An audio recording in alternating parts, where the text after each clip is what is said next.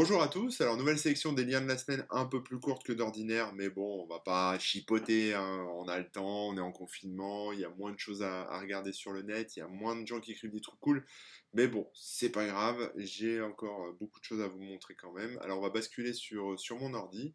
Vous voyez là, c'est ma page Facebook avec tous mes liens que je poste et que je partage sur les réseaux sociaux. Et donc on va commencer avec ce premier article de YTMDL, donc ça c'est l'acronyme, hein, mais ça veut dire, je sais même plus ce que ça veut dire, c'est YouTube Media Downloader, un truc comme ça je crois. Et donc c'est une application un peu galère à installer, hein, je vous avoue, j'ai un petit peu galéré, c'est du Python, qui en fait télécharge comme d'habitude, hein, vous connaissez le délire, hein, de télécharger les MP3 à partir de YouTube. Coucou YouTube. Et ensuite, on va dire agrément de ces MP3 de données issues de iTunes pour avoir les tags, vous savez, les tags IDV3, enfin je sais plus comment ça s'appelle, les tags pour taguer les MP3 pour qu'il y ait bien le nom de l'auteur, le nom de l'album, etc. Donc on a quelque chose de qualité. Voilà, c'est un peu borderline, j'en conviens, mais bon, à vous de voir si vous l'utilisez. Voilà. Alors ça c'est sur le blog. Qu'est-ce que j'ai d'autre? J'ai la Finlande accepte que la démocène, alors je sais pas si vous connaissez la démocène, mais en gros la Finlande veut que la démocène rentre dans son patrimoine culturel. Alors c'est l'héritage culturel intangible de l'humanité. Donc c'est quelque chose de voilà, c'est de la culture. Et la démocène, bah vous savez, c'est truc qu'on développe avec la musique, des formes qui bougent. Il n'y a pas de vidéo, il n'y a rien, mais bon. Voilà, bon bah maintenant c'est au patrimoine de l'UNESCO, côté Finlande, donc je sais pas après si ça sera étendu globalement, mais voilà, c'est plutôt une bonne nouvelle pour ceux qui font de la démocène, qui font voilà, des démos, bravo à vous. Qu'est-ce qu'on a d'autre? On a comment le Covid-19 a décimé certains conseillers municipaux. Alors j'aime bien le truc décimé, on se dit que ça va être massif, quoi, parce que c'est décimé, il n'y en a plus un seul, quoi, mais c'est pas tous, c'est certains, voilà. Donc bon, à voir, mais effectivement, les élections municipales ont eu un impact sur la vie tout simplement de certains élus qui sont malheureusement décédés des suites du Covid-19. C'est pas un scoop, on s'en doutait tous. Je peux vous repasser la vidéo de Macron qui dit que même les plus fragiles peuvent y aller, il n'y a aucun problème. Voilà, bah on peut reparler à ces gens. Ah bah non, ils sont morts. Tant pis pour eux, hein, voilà, fallait pas y aller. Désolé, mais, euh, mais bon, moi ça me rend triste, ça me fait chier et je trouve ça pas normal qu'il n'y ait pas plus de réaction autour de ça parce qu'on le savait. Enfin, je veux dire, à un moment c'est de la logique, quoi. Et donc en plus là, on commence à se rendre compte que oui, effectivement, c'est à cause des élections que ces personnes-là sont mortes. C'est pas juste parce que elles ont léché le visage d'autres personnes infectées, quoi. Voilà. Les liens de la semaine, bon ça vous êtes au courant. Qu'est-ce qu'on a? Oui, alors ça c'était marrant, vous savez, ces espèces de machines. J'oublie le nom, j'ai pas de mémoire, il faut le Hey savoir. Lyle, can you Hop, pass hop, the hop. pepper, please? Chut, fais plus de bruit, toi. Hop. Please.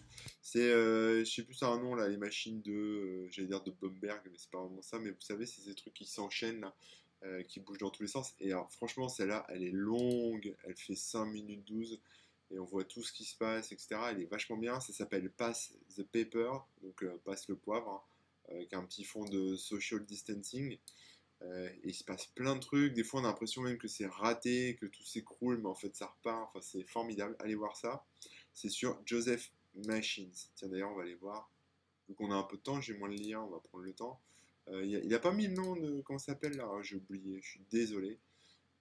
J'ai moins de mémoire qu'un poisson rouge. Alors ensuite, l'ARCEP, donc ça c'est un article que j'ai mis en ligne qui en fait a lancé son site pour sa carte en fait pour voir tout ce qui est connexion Internet. Alors ça existait depuis un moment, les réseaux mobiles, vous avez dû voir ça pour suivre un peu le déploiement de la 4G, etc. Donc on peut voir voilà, les réseaux mobiles, etc. Mais là maintenant ils ont fait la même chose pour les réseaux fixes. Donc ça c'est plutôt une bonne nouvelle. Alors là, c'est moche, hein. On est d'accord, il y a beaucoup de lectures, c'est bêta, les données sont pas fiables, blablabla, blablabla, mais globalement, vous pouvez voir un peu, alors on va zoomer, on va prendre un peu ce qu'on trouve, et bah là, il y a les maisons, quoi. Voilà. Et chacune des maisons dans ce petit village, bah, est représenté par un point. Alors, je sais pas où on est là, mais voilà. Et donc ça explique ce qu'on a de disponible en termes de connexion. Donc par exemple, moi si je prends ma commune, est-ce que ça va marcher? Cournon d'Auvergne. Je vais pas faire de la géologue parce que sinon vous allez voir mon adresse et après vous viendrez me chercher pour me déconfiner et c'est pas le but. Donc là, voilà, ça c'est ma commune, Cournon d'Auvergne. Oh, c'est jaune. Jaune, c'est plus un gigabit et plus, donc c'est tout ce qui est fibre. Vous voyez pas bien parce que j'ai ma tête devant, mais voilà, je bouge ma tête. Et vous voyez ici, voilà, un gigabit et plus. Voilà, c'est super. Donc je me remets ma petite vignette ici. Voilà, voilà. Qu'est-ce qu'on a d'autre ensuite? Bah écoutez, alors attendez, j'ai pas regardé, mais on va regarder en détail. Vous voyez, ça, c'est tous les logements, c'est impressionnant quand même. Et on peut savoir ce que les voisins ont comme connexion. C'est cool, non? Ça, c'est vachement bien. Donc ça vous permet de savoir, même avant de déménager, s'il y a du réseau, quoi. Par exemple, admettons que je veuille déménager, je sais pas, ici, là, dans le trou, là, il y a quoi ici? Ah bah non, mais ça, c'est un parc, ça compte pas, mais bon, voilà. Je vais déménager ici. Ah bah super, je peux voir ce que j'ai. Et est-ce qu'on peut voir la carte satellite disponible? Bon, ça, ah oui, alors ça, c'est si vous avez une connexion satellite, tout ce qui est barré, là, c'est du satellite. Donc là, c'est barré, donc je pourrais avoir potentiellement du satellite au-dessus de Cournon. Les stats, moi ce que je voulais voir, c'est ce qu'on pouvait superposer ça à une carte un peu Google. Vous savez, une carte satellite, vraiment où on voit les jardins, les piscines et tout. Apparemment, non, mais il faudrait s'associer avec Géoportail. Si vous connaissez pas Géoportail, c'est formidable ce truc, il faut aller voir. Géoportail, allez, je fais un petit aparté, c'était pas prévu dans les liens de la semaine, mais bon. La connaissance, c'est fait pour être partagé, donc le Géoportail, c'est formidable. Bah, pareil, je vais retaper mon code postal de ville, pour mon d'Auvergne. Et alors là, qu'est-ce que j'ai envoyé? J'ai une belle carte déjà, je peux zoomer sur les maisons, c'est un truc de ouf. Alors, est-ce que la carte elle va se rafraîchir? Bon, voilà, ça vous connaissez, hein, c'est Google. Enfin là, c'est pas Google en l'occurrence, c'est des photos à eux. La 2D, 3D. Alors, passer en mode 3D, on va voir ce que ça donne. Oh, c'est beau. Ok, ça rame. Ouais, mode 3D, mon ordi, il a du mal.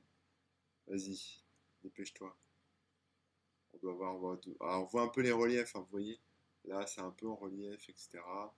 Et si je zoome, bon, il y a un peu de 3D, un peu de relief, donc ça c'est cool, mais c'est pas vraiment ça que je voulais vous montrer.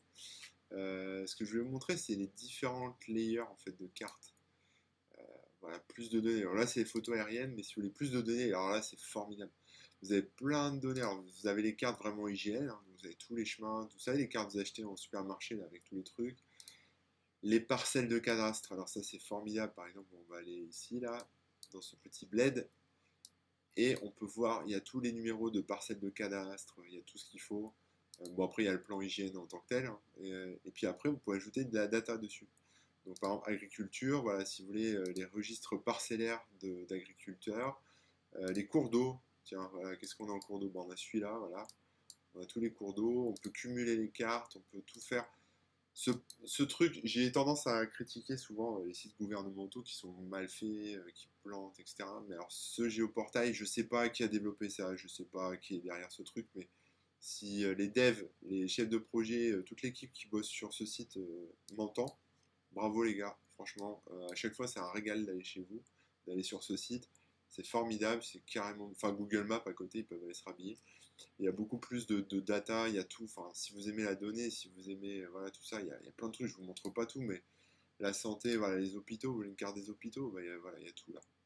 Alors, attendez, hop, le temps que ça charge, voilà, tous les petits points bleus, c'est les hôpitaux. Franchement, on peut rien faire de mieux que ça, quoi. Les maisons de retraite, bim, il y a tout. Tous les petits points rouges, c'est les maisons de retraite. Bon, enfin voilà, vous avez compris, ça s'appelle Géoportail, c'est formidable. Alors ensuite, qu'est-ce qu'on a d'autre? C'est, comment il dit Donald Trump? C'est gorgeous, non, je sais pas, enfin bon, je sais plus. Tremendous, voilà, c'est tremendous. Exoplanète dans l'espace, le télescope Kéops paraît pour débuter les opérations scientifiques. Et oui, parce que on a des nouveaux télescopes qui arrivent. Donc voilà, donc la science commence à l'ESA et il y a une vidéo de Kéops sur le site de l'ESA, enfin sur la chaîne YouTube de l'ESA, qui vaut le coup d'être regardée, hein, parce que ça fait un peu le résumé de ce formidable télescope et j'ai vraiment hâte de voir les photos que ce petit télescope va nous donner.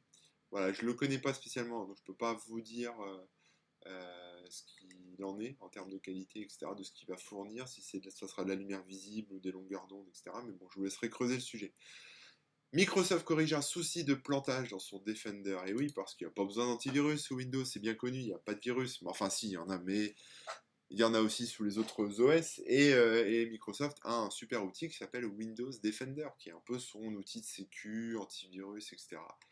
Et il y a des bugs, il y a des problèmes, des plantages avec des mises à jour, etc. Donc c'est sur Bleeping Computers et je suis passé par Next Impact, hein. Mais voilà, ça explique comment régler le problème. Donc il y a moyen en fait d'arranger ça en modifiant les services ici. Je vous laisserai les creuser, hein. Je ne suis pas rentré dans les détails moi de mon côté. Voilà. Ensuite, peut-on vraiment déverrouiller son iPhone en portant un masque? Alors je crois que non, ça ne marche pas très bien. Mais j'ai vu effectivement cette artiste, ouais, je crois que c'est une dame, une artiste, qui a mis au point des masques avec une impression dessus de bas de visage pour que le téléphone continue à se déverrouiller. Si c'est pas formidable ça quand même. On peut pas faire mieux. Alors ensuite, enfin si, ne pas porter de masque ce serait mieux, mais bon, pour l'instant ça reste utile. Stop Covid, que sait-on de la future application de traçage des malades? Je dois vous dire qu'on n'en sait pas grand-chose, j'en ai parlé déjà la semaine dernière. Là je vais en reparler je pense bientôt. Juste après, là, parce que j'ai encore un autre article plus récent. Ça explique comment ça fonctionne. En gros, vous avez du Bluetooth.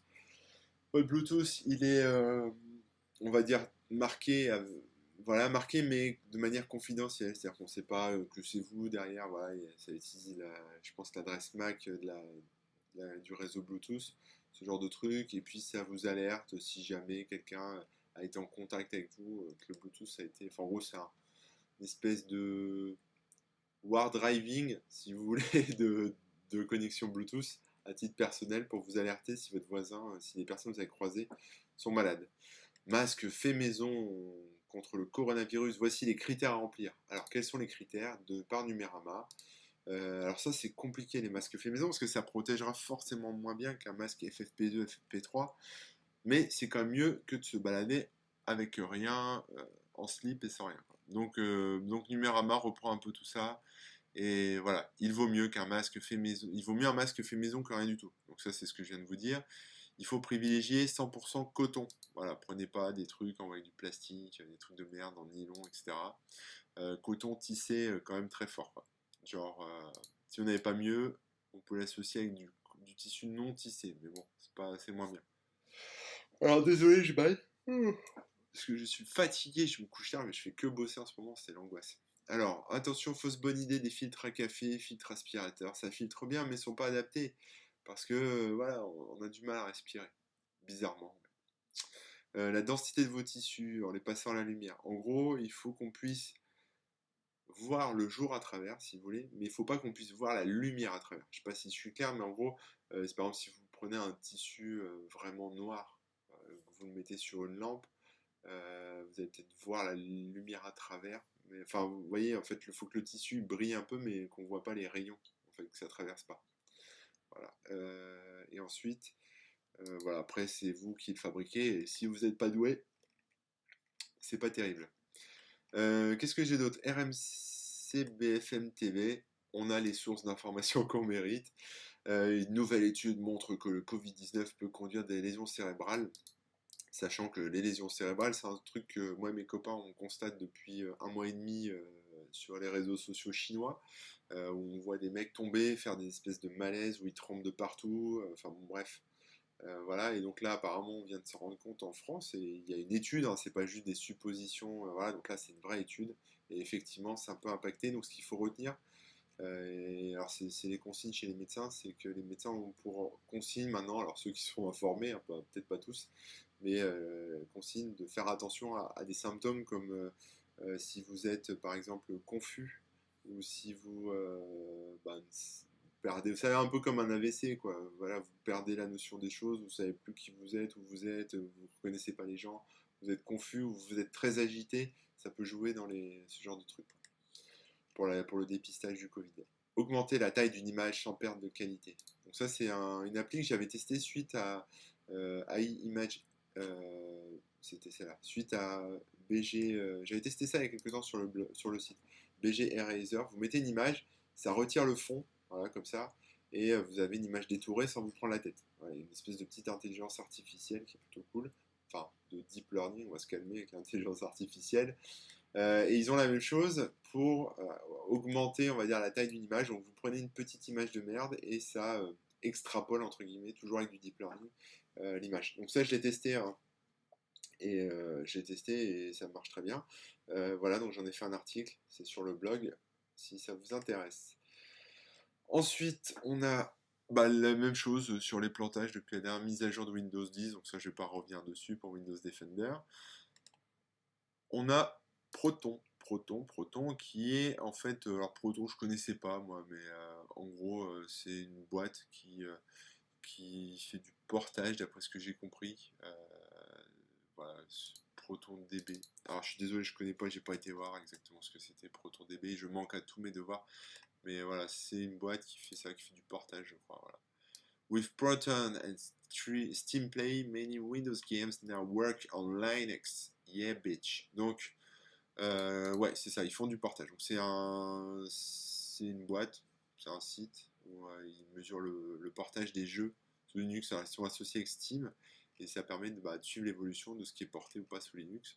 Donc, ça, c'est plutôt cool. Et grâce à leur initiative, il y a plus de 6000 jeux qui ont été portés pardon, sur Linux. C'est plutôt une bonne nouvelle pour les joueurs linuxiens. Ça commence à se développer pour vous. Bravo. Moi, je joue pas, hein, donc j'ai pas de. Enfin, très peu. Je joue très peu. Un super article pour ceux qui s'intéressent un peu à la sécu. Modifier un flux réseau à la volée. C'est sur le blog de Marmot, garamot.net. Voilà, et il explique en fait comment il a réussi à modifier du flux réseau à la volée. Voilà, il avait un problème, une erreur, et avec des petites règles, des petits machins. Voilà. Je trouve ça intéressant, je vous laisserai aller lire ça. Qu'est-ce qu'on a d'autre? The Universe App. Ça, c'est une vidéo que je vais pas vous spoiler, donc voilà, je vous la mets pas, je vous mets juste les 30 premières secondes. C'est un court métrage et c'est bien. Voilà. Donc allez voir ça, c'est sur la chaîne de Kevin James. Je vous en dis pas plus, hein, je vais pas vous gâcher la surprise. Kevin James et ça s'appelle The Universe App. Petit court métrage très sympa, j'ai bien aimé. J'étais surpris. Voilà, ça m'arrive pas souvent. Regardez gratuitement les meilleurs documentaires Netflix. Donc ça, c'est un article que j'ai posté aussi cette semaine, donc hier ou avant-hier, où je montre une chaîne YouTube, celle officielle de Netflix, en fait, mais ils ont sorti, ah, j'aurais dû poster, j'ai oublié le lien vers la chaîne, mais en gros, ils ont posté leurs documentaires, en fait, leurs documentaires sur YouTube, avec, je vais couper le son, hop, avec les sous-titres. Alors, c'est des documentaires en anglais, hein, mais les sous-titres en français, et il y en a plein. Voilà, je vais essayer de vous les montrer tous. Ils sont où? Tac, voilà, Netflix. Ah bah elle était à droite, je l'ai zappé. Donc ça s'appelle Educational Documentaries Netflix et il y a tout ça, voilà. Donc il y a des séries Notre Planète, donc on parcourt le monde, on voit la planète. Mais il y a aussi des trucs, ils ont leur série Explained, pardon. Abstract aussi, qui est pas mal, que j'aime bien.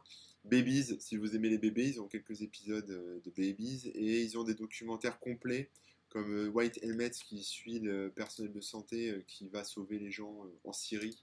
Donc un peu les casques blancs, ceux qui vont voilà, sauver des vies en Syrie, etc. Donc ils ont mis le docu en entier. Et il y en a un autre qui est bien, oui c'est celui-là aussi, 13, je sais pas comment on dit ça, voilà, 13, le 13e. C'est je sais pas pourquoi ça s'appelle le 13e, je pense que.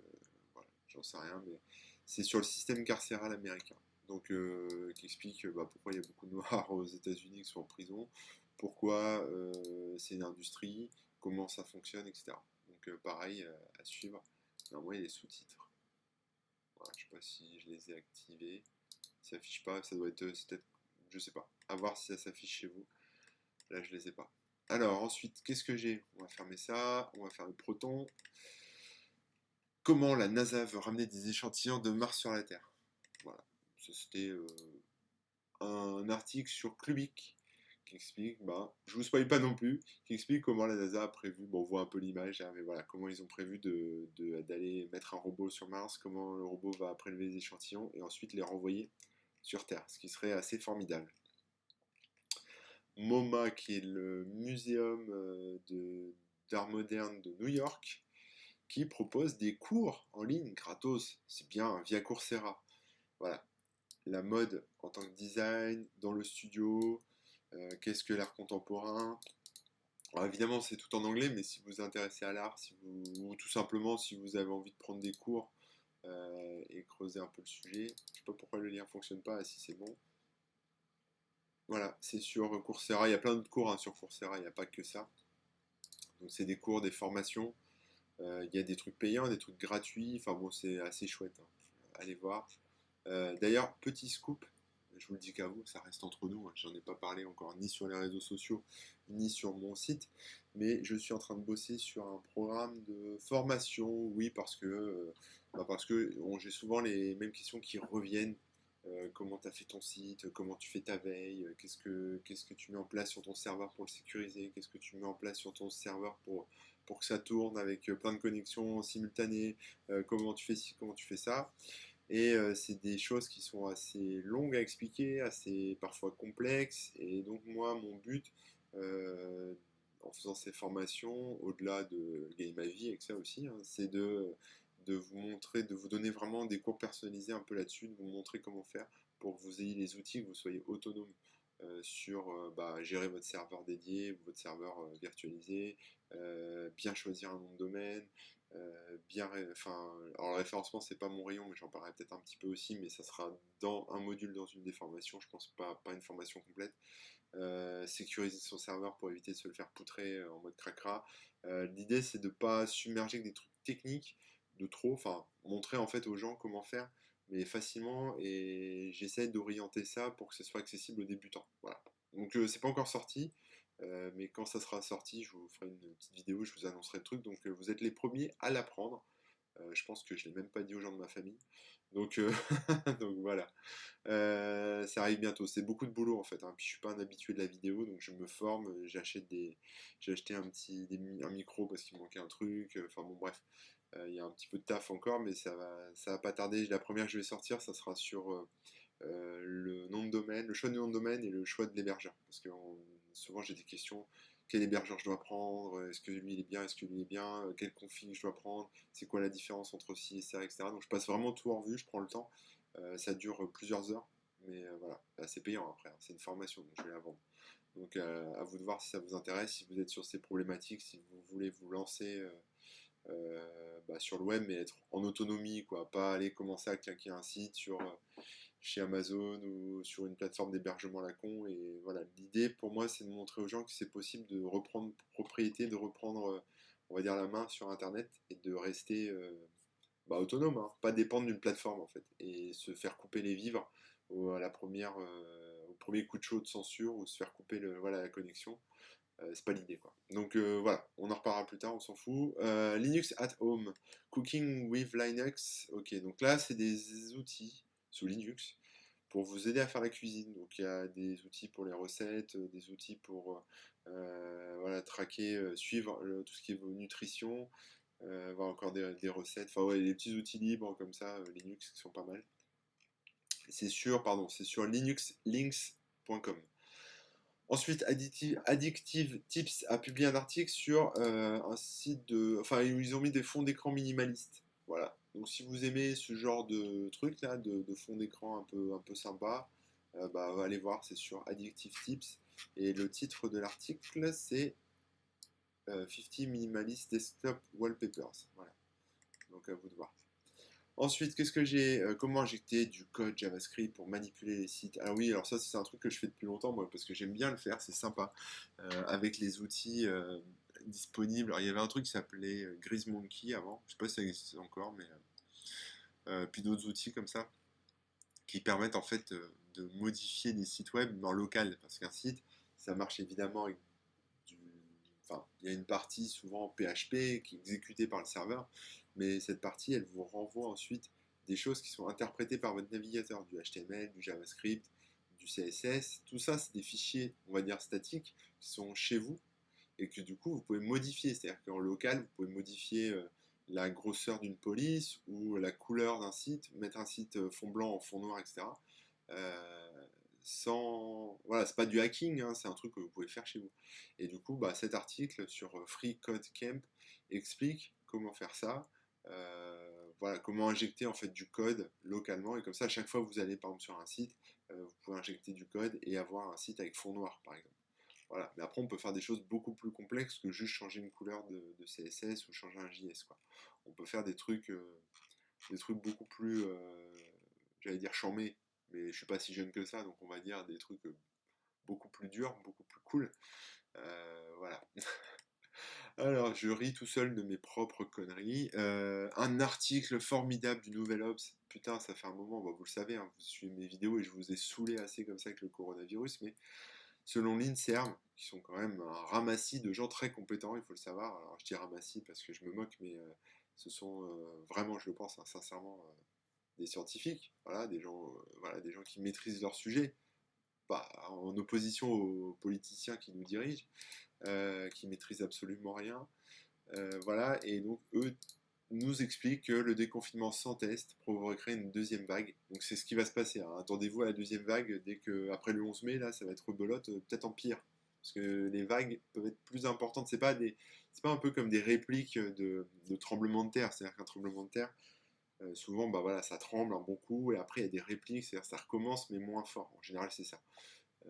Là, c'est pas le même délire. Là, ça peut être des répliques beaucoup plus fortes. Donc, sachez-le, par exemple, sur la grippe espagnole, la réplique était beaucoup plus forte. Voilà, deuxième vague, troisième vague était gigantesque par rapport à la première.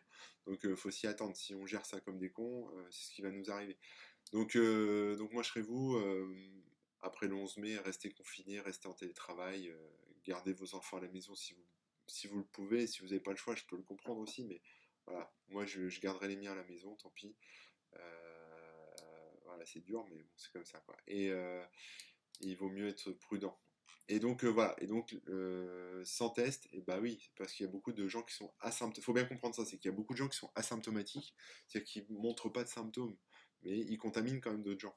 Et si on teste pas tout le monde, même ceux qui ont rien, parce que là pour l'instant, c'est les tests seront réservés aux gens malades. Ouais, ok, bon bah t'éternues, t'es malade, t'as les poumons encombrés, tu tousses, tu fais un test, oh scoop, t'as le Covid, quoi, super les mecs. Mais quelqu'un qui n'a pas de symptômes, si on ne le teste pas, on ne peut pas savoir s'il va aller infecter 15 autres personnes, quoi. Enfin, je dis 15, mais c'est entre 2, 3, 4 personnes, peut-être 5.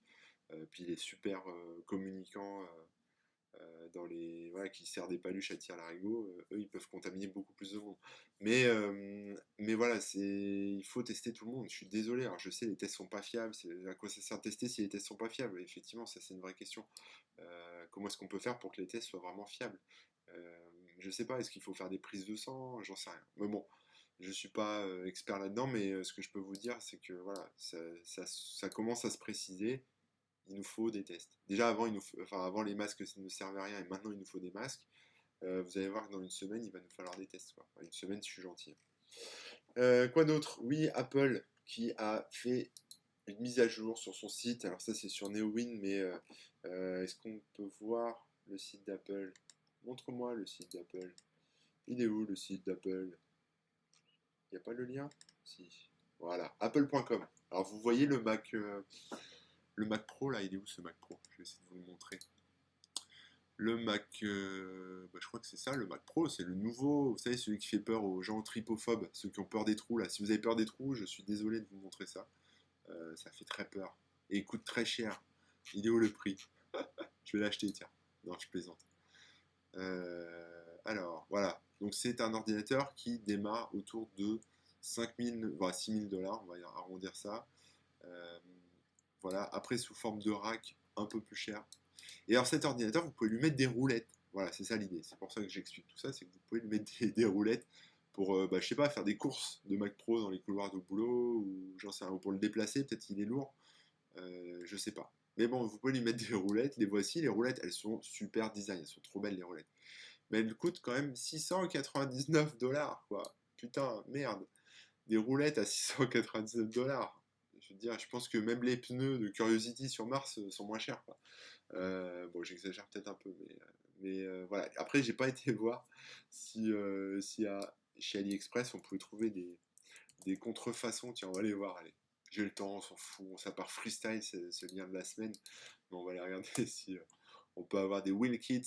Ah bah voilà, regarde, allez, on peut toujours compter sur les Chinois. À la fois pour nous infecter avec des pangolins, et à la fois pour nous produire des choses.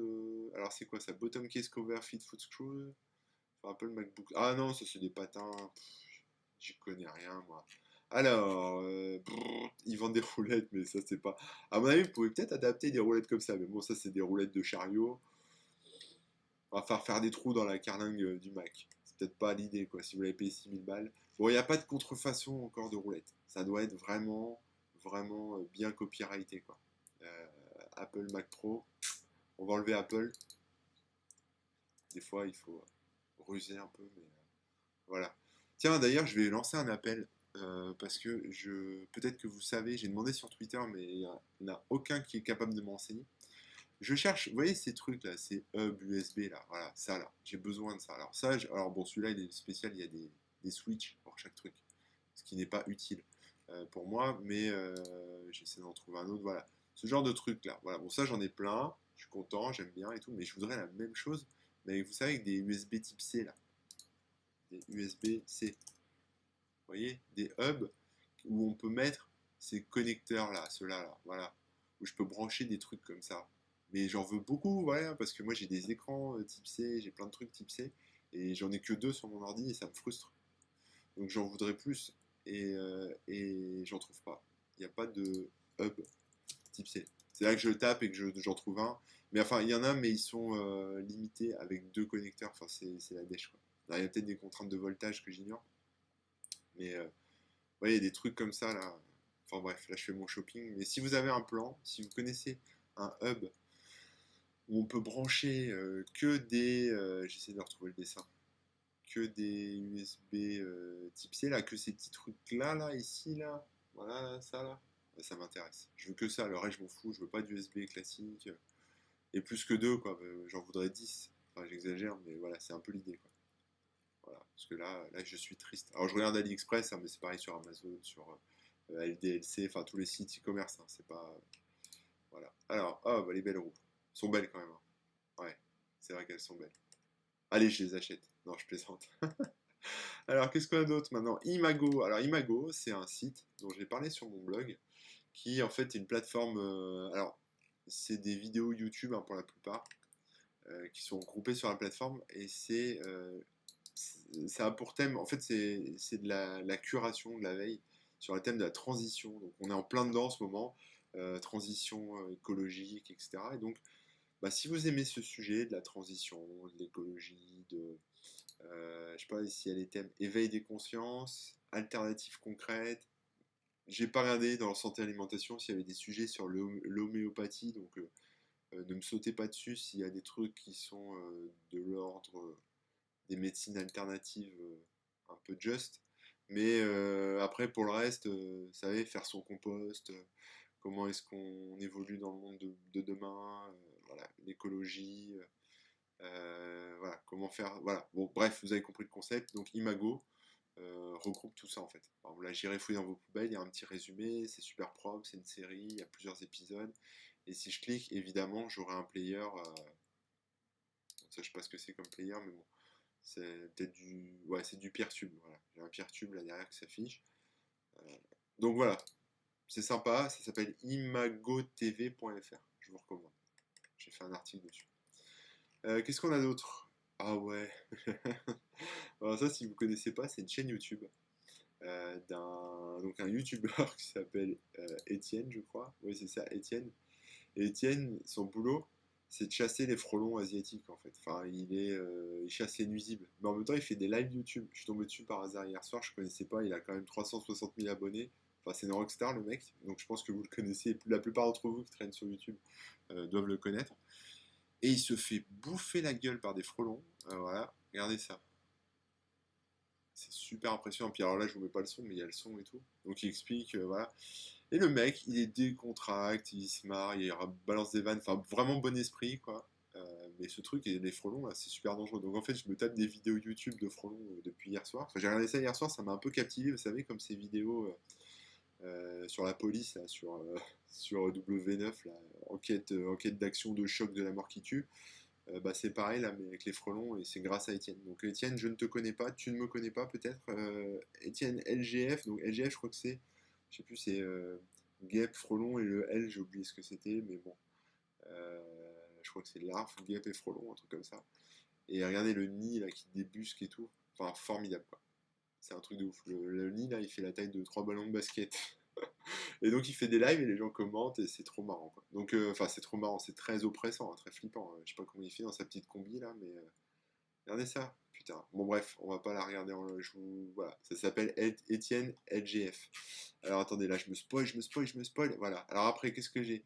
Google. Ça c'était ma pêche du jour. Alors Google, c'est pour les Américains pour l'instant, mais ils ouvrent leur Google Shopping à tout le monde, enfin pour tous les ricains qui vendent des choses, donc peut-être que ça sera étendu en France sur Google Shopping France, mais en gros vous allez pouvoir vendre directement sur Google Shopping tous vos produits si vous êtes e-commerçant. Voilà, plutôt pas mal. Qu'est-ce qu'on a d'autre? On a nos téléphones vont tous se faire tatouer, et c'est une mutation radicale. Alors ça pue du cul quand même, parce que, alors ouais, je vais pas m'éparpiller, mais en gros, vous savez ce truc de Bluetooth, l'application Stop Covid, qui en fait va nous permettre de savoir si on a été en contact rapproché avec une personne qui est infectée, etc. Je comprends le concept, je comprends l'idée. C'est logique. On veut trouver qui est infecté, machin, etc. Alors ils mettent toutes les pincettes possibles pour, on va dire, préserver la vie privée. Mais quelque part, voilà, ça reste quand même un système de tracking et ça peut être détourné. C'est-à-dire que même si là pour l'instant il y a des garde-fous qui sont proposés, ça ne veut pas dire que ça sera encore le cas plus tard et que ça va continuer. Donc il y a un article là-dessus sur Combini, un article un peu de fond hein, quand même, qui montre un peu comment ça fonctionne et qui explique pourquoi ça reste dangereux. Je vous invite à le lire, c'est intéressant. techno.combini.com. Le titre de l'article c'est Nos téléphones vont tous se faire tatouer. Et ça fait réfléchir, c'est-à-dire est-ce qu'on est prêt pour... je comprends le concept de la santé, évidemment, j'ai envie de dire pourquoi pas. Voilà. C'est pas, là on n'est pas sur un truc, j'ai rien à cacher, etc. Euh, Pourquoi pas, pour préserver la santé de tout le monde, ok. Parce que là on est sur des questions de vie ou de mort quelque part pour certaines personnes, donc voilà. Mais l'autre truc en face, c'est qu'est-ce qu'on fait voilà, dès qu'il y aura de l'abus, parce qu'on saura exactement qui vous fréquentez. Donc, alors même si c'est anonyme, on pourrait quand même le retrouver à un moment ou à un autre. Donc je sais pas. Moi j'ai pas. Voilà. D'instinct, je dirais c'est une idée de merde. Après quand je réfléchis, je me dis c'est une bonne idée pour le Covid, pour lutter contre le Covid. Mais en même temps, pour la vie privée, pour le futur, c'est une mauvaise idée. Alors à voir. Je vous laisse juger par vous-même. Moi, je sais pas. De toute façon, je maîtrise rien là-dessus, hein. Par principe de précaution, je dirais qu'il faut refuser ce genre de choses. Même si, quelque part, ça nous ralentit dans la lutte contre le Covid. Bizarrement, ça va peut-être vous choquer ce que je dis, mais voilà. Mais après, voilà, après, j'en sais rien. De toute façon, c'est pas moi qui décide, hein, donc on s'en bat un peu la race. Alors ensuite, comment démarrer un levain? Bah oui, parce que tout le monde fait du pain en ce moment, c'est un truc de ouf. J'ai jamais fait de levain, moi.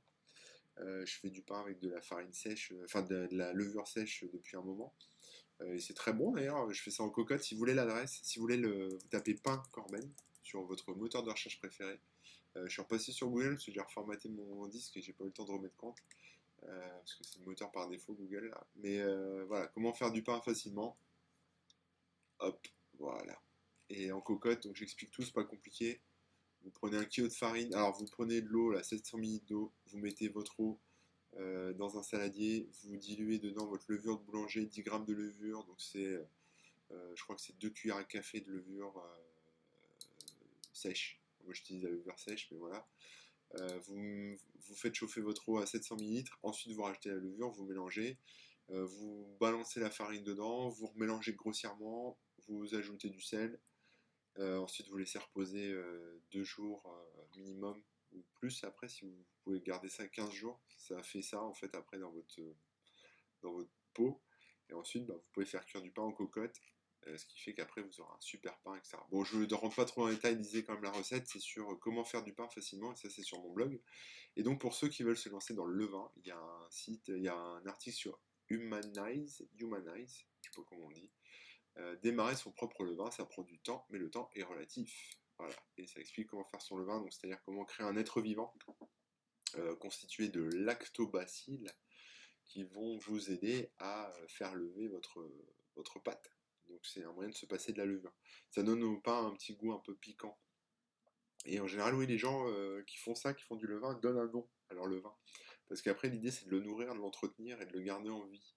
Donc c'est un peu comme un animal. Voilà, ça coûtera moins cher de niveau vaccin qu'un chat ou un chien. Mais oui, visite chez le véto, vous serez tranquille.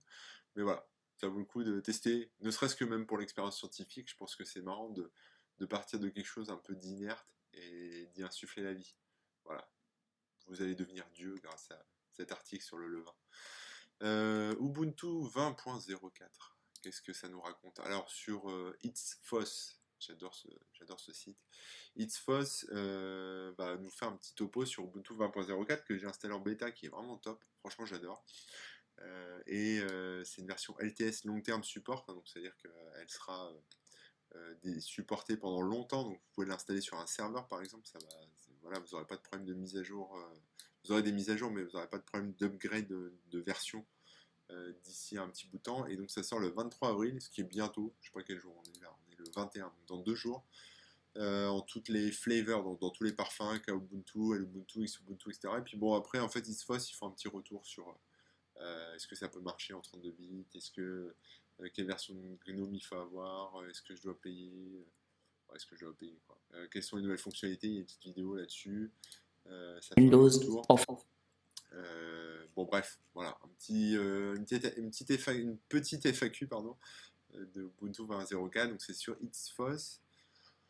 Ensuite, un article sur un site que je connaissais pas, mais si c'est un PDF en fait, mais si vous êtes chaud patate, parce qu'il faut vraiment être chaud patate pour faire ça, et vous mettre au langage de programmation assembleur sous Ubuntu, il y a un PDF en fait pour ça, il y a un bouquin pour savoir, c'est de l'anglais.